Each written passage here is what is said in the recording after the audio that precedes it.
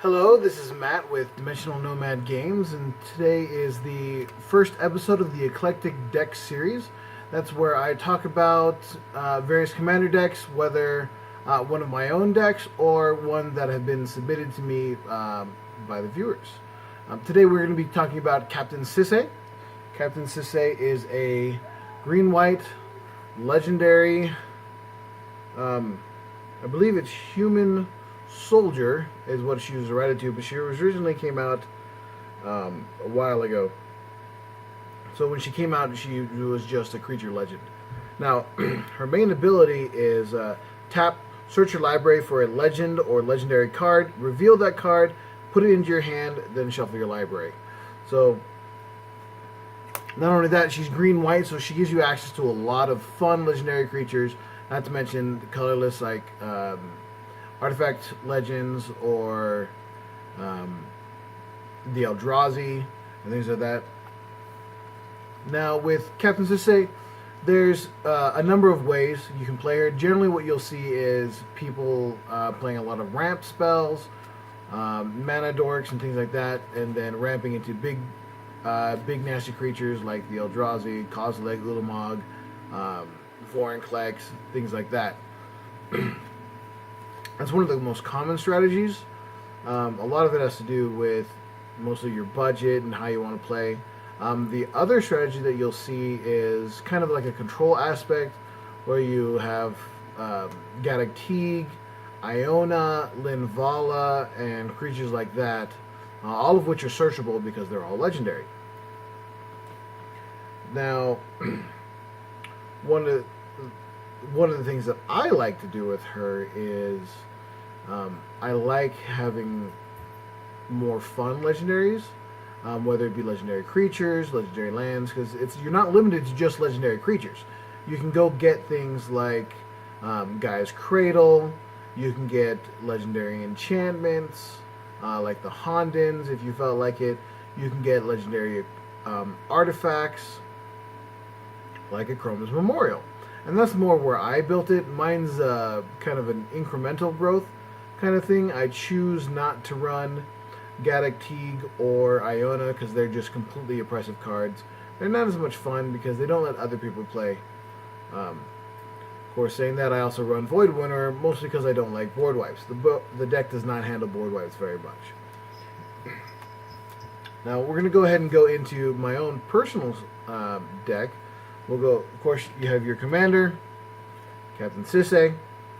She's 2 green-white for a 2/2 legendary human soldier. And as I said before, she taps and lets you go and gets legendary cards. Now, the land base, I run 35 lands in the deck. I run,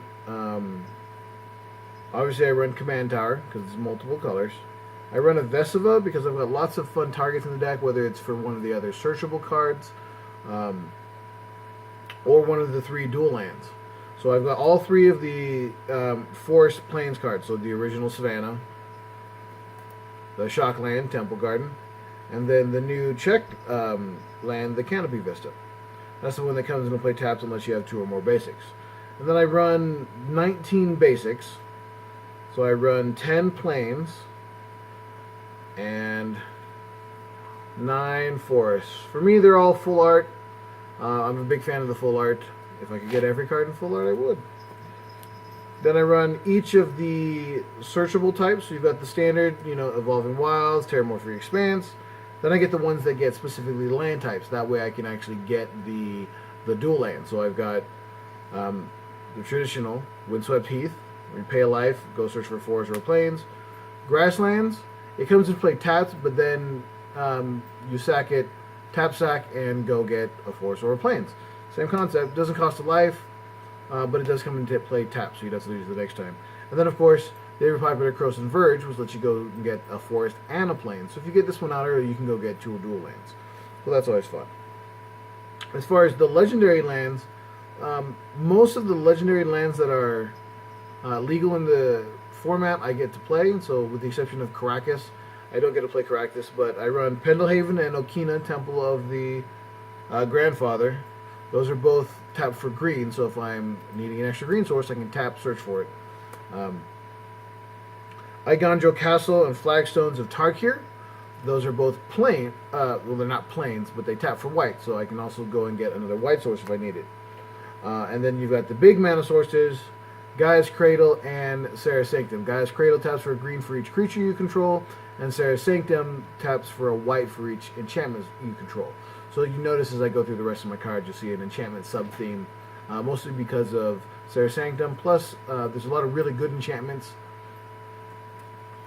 And I use those as my mana ramp, extra draw in addition to what Captain Sisay already has. Alright, so speaking of enchantments, let's go ahead and look at my enchantments. So you get your usual things. Mirari's Wake, all your creatures are +1/+1. Your lands tap for an additional 1 mana of the type that they produced. It costs 3, a green and a white. As far as the ones for tapping for extra mana, you've got Fertile Ground, Dawn's Reflection, which lets the tap. So Fertile Ground taps for an additional mana of any color. Dawn's Reflection, 2 mana of any color, and then Overgrowth is 2 additional green. So you've got those. Then you've got the protection ones, Privileged Position and Sterling Grove. So Privileged Position gives your other permanents hexproof, and Sterling Grove gives your other enchantments hexproof. So if you have both, it gives everything you've got hexproof. Then you've got a couple of control enchantments. I don't have a lot of control enchantments, and these might actually go away if I find better ones. But Faith Fetters, the enchanted permanent can't use any of its abilities, attack or block, so it'll hit planeswalkers, annoying creatures, artifacts, things like that. And then, of course, Oblivion Ring, which just exiles a permanent as long as you've got Oblivion Ring in play. You've got your utility ones. So you've got, for extra draw, Abundance, Enchantress's Presence, and Sylvan Library. So Enchantress's Presence is the middle one. That lets you draw a card every time you play an enchantment. Sylvan Library is one of those fun ones. So it says during your draw step, you draw 2 additional cards. Then for each additional card you decide to keep, you pay 4 life. So you can look at the top 3 cards, you pick which one you want to draw and put the other 2 back, or you can pay 4 life per card to keep up to the other 2. And then Abundance is a fun card because it says whenever you draw, you may choose land or non-land and reveal cards until you reveal one of the chosen type and you put that card in your hand. What's fun is that it's because it's a replacement effect with Sylvan Library. You don't actually draw the 3 cards. So you pick land or non-land 3 times. You're putting them into your hand rather than drawing. So you skip that part that says put the cards you drew back or pay the life, since you didn't technically draw any cards. Okay. Now there's a couple more utility enchantments. One is Instill Energy. Now what's nice about this is it lets you untap the enchanted creature an extra time. So usually I do this on Captain Sisay. It also lets me basically gives attack haste to a creature if I really wanted to.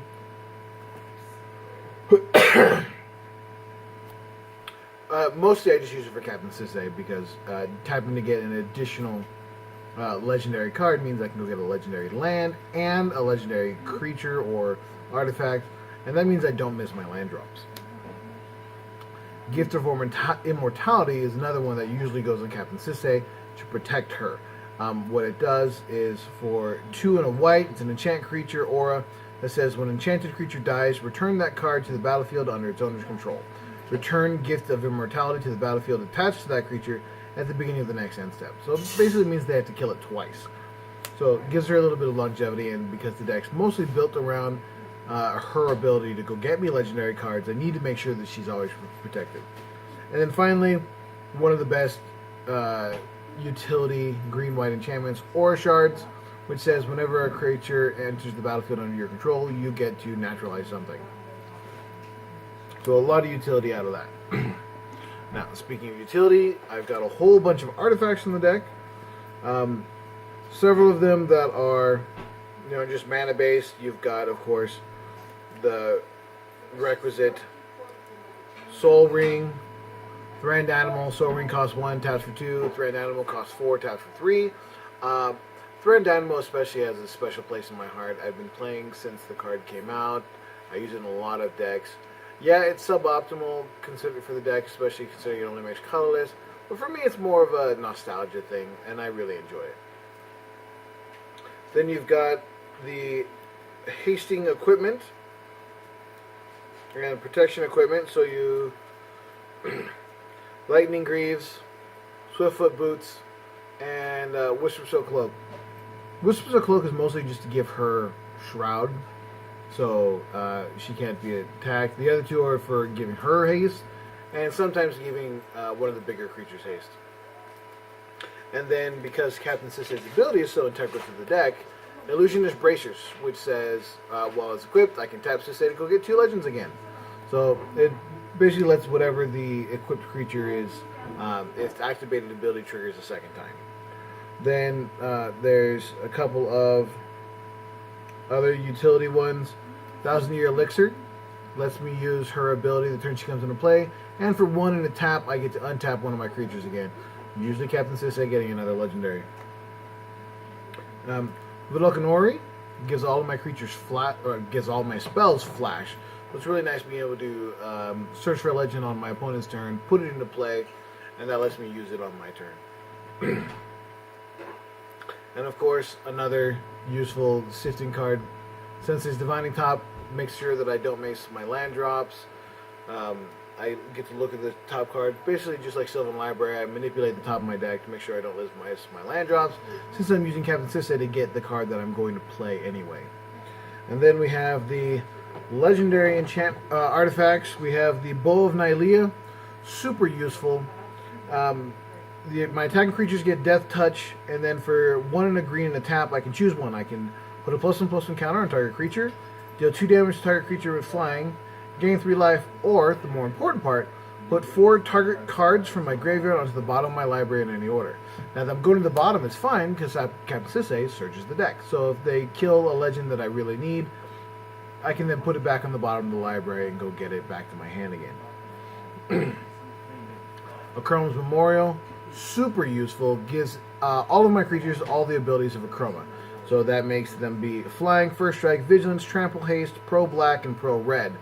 Haste is extremely important, especially since I'm usually getting big creatures, or it lets me play Captain Sisay again, and use her ability when I play her.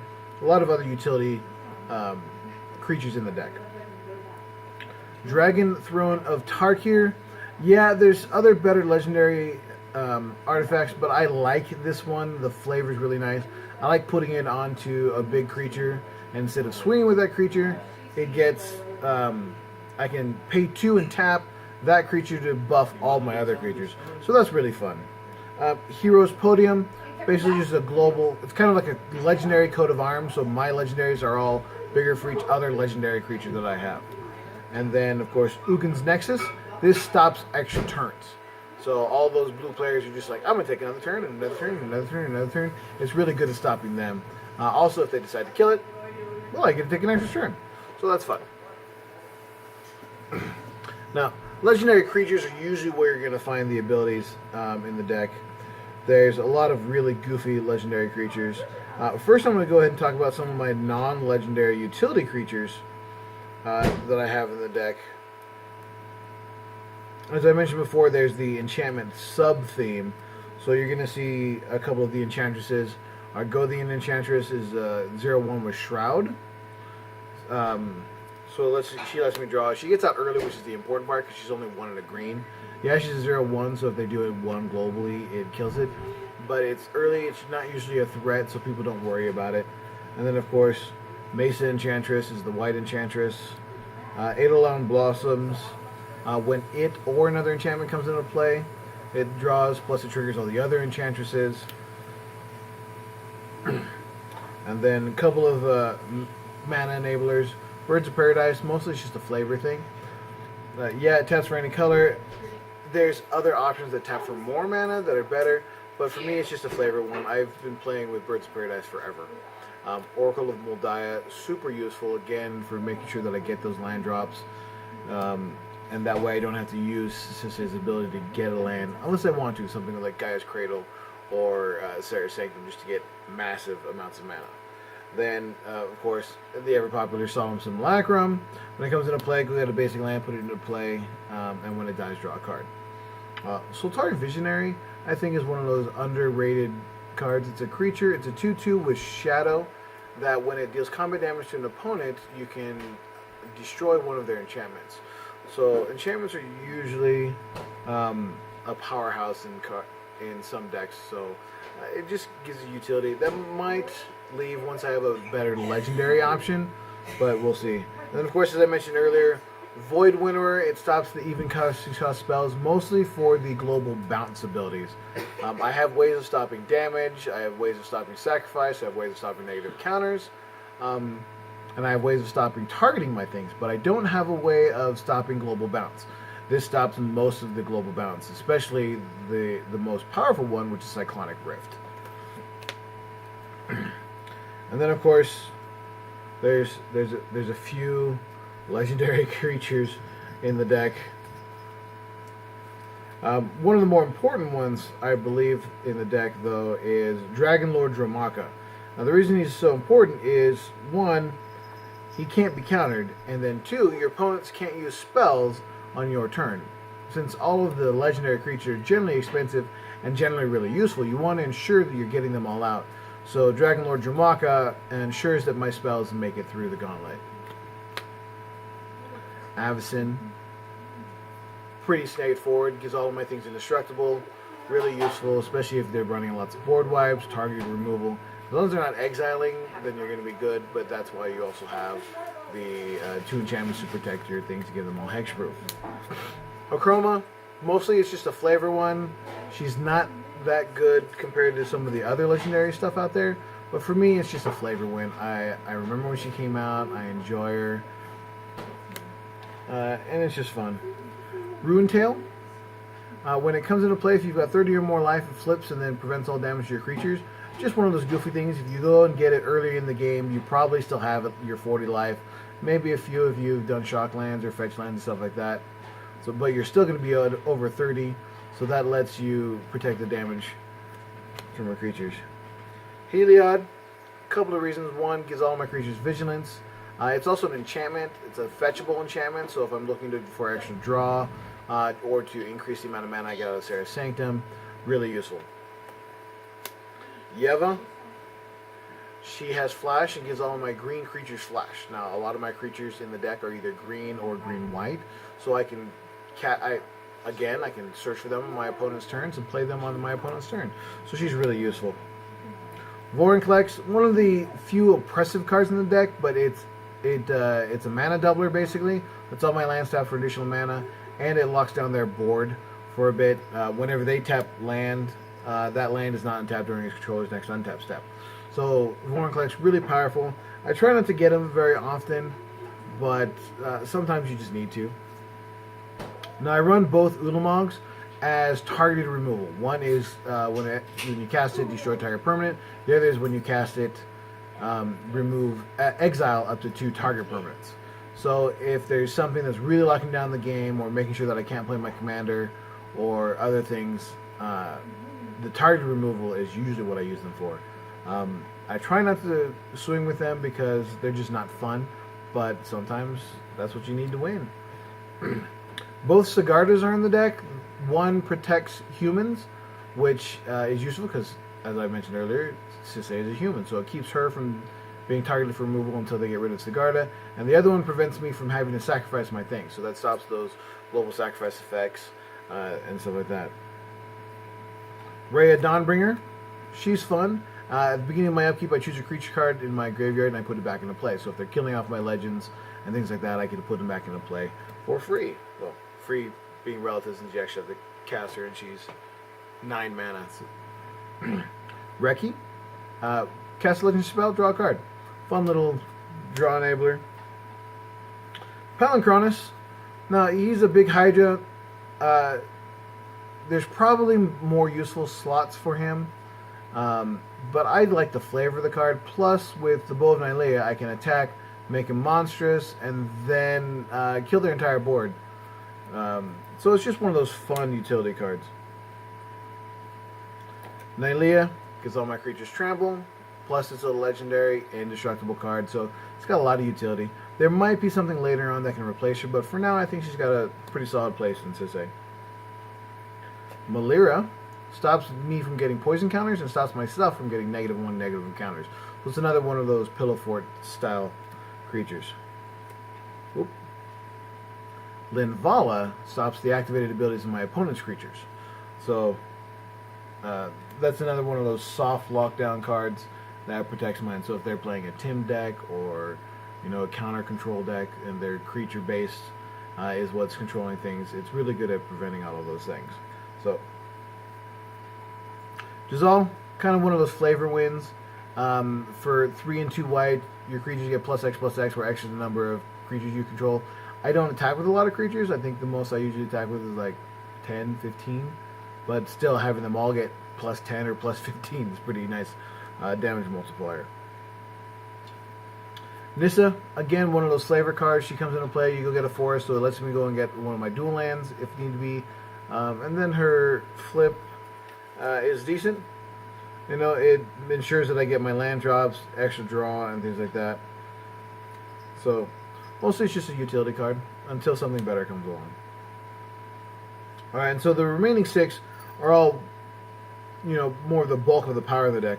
Karametra, again, legendary enchantment, God, so it's indestructible by nature, and whenever I cast another creature spell, I can go search my library for a forest or a land, or a plains. Now, it doesn't say basic forest or basic plains, so I can go and get my dual lands with that. And it's every time I cast a creature. Sakiko is one of those really underestimated cards. What she says is, whenever your creatures deal combat damage to an opponent, you get that much green mana until the end of the turn. And since I'm usually swinging for at least 6, if not, double digits, that lets me. It's really good enabler at letting me cast a lot of other things. Speaking of an enabler, Patron of the Orochi, or some people call it Orochi, I say Orochi.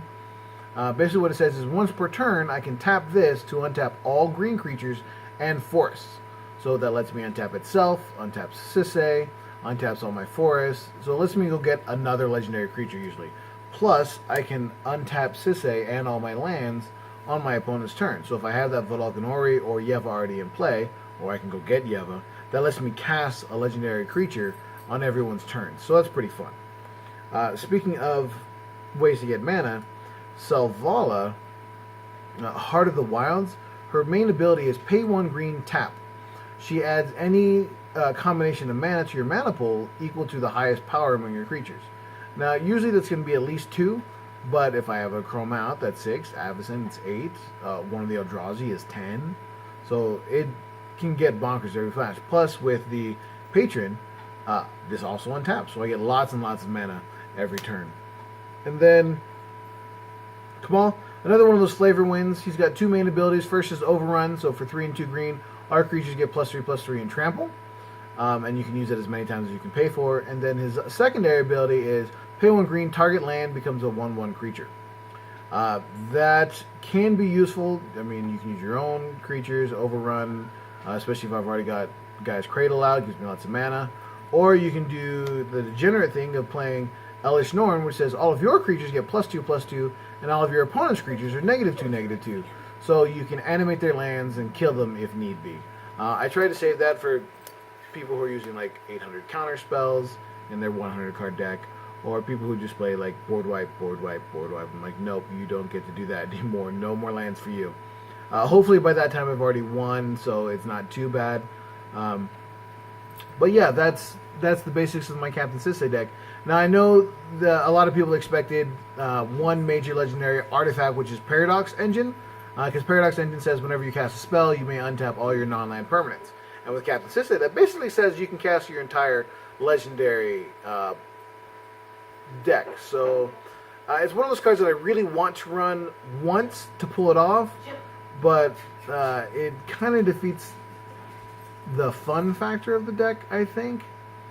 But it can have its place. It's one of those cards that I'm just going to have to try once, do the degenerate thing, and then never do again. or just see how my opponents feel. If they don't mind losing that way every time, then we'll see. All right, so if you have any questions about my deck, as I mentioned, I don't run Iona or Eclectic. I feel they take away from the fun of the game, but if you want to be more competitive, definitely run Iona. Iona says when she enters the battlefield, pick a color, your opponents can't play that color. And Eclectic says non-creature spells with casting cost 4 or more can't be cast, and spells with X's in their casting cost can't be cast. So they're very good control spells, especially since generally you're going to be playing legendary creatures with the deck. Next month I'll have another one of these. It'll be either one of my decks or one of yours. If you'd like to be in consideration, leave a comment and we'll see what happens. Have a great day.